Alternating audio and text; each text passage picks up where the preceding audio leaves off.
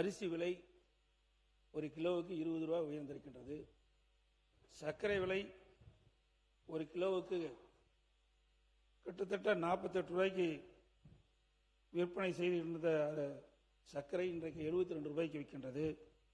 மஞ்சள் ஒரு கிலோ 200 ரூபாய்க்கு விற்பனை செய்து கொண்டிருந்தது, இப்போ 250 ரூபாய்க்கு விற்குது. மிளகாய் ஒரு கிலோ 200 ரூபாய்க்கு விற்பனை செய்திருந்தது தேர்தலுக்கு முன்பு.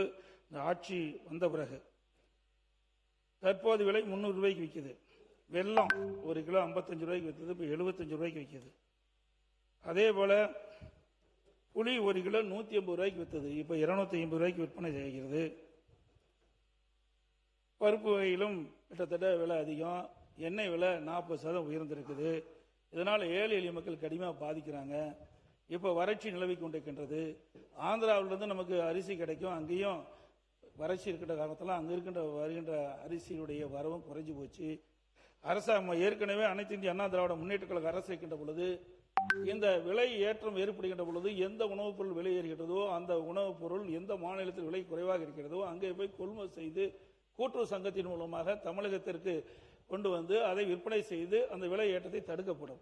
அதற்காக விலை கட்டுப்பாட்டு நிதியம் என்ற ஒரு நிதியை ஒதுக்கி அதுக்கு 100 கோடி ரூபாய் கூட்டுறவு சங்கத்துக்கு கொடுக்கப்பட்டு அதை பயன்படுத்தி வந்த காரணத்தினாலே விலை இப்படி அத்தியாவசிய உணவுப் பொருள் விலை ஏறுகின்ற பொழுது அதை கட்டுப்பாட்டுக்குள் வைத்திருந்தோம்.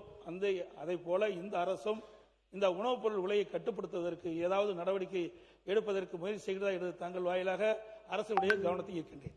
மாண்பு உறுப்பினர் முனைவர்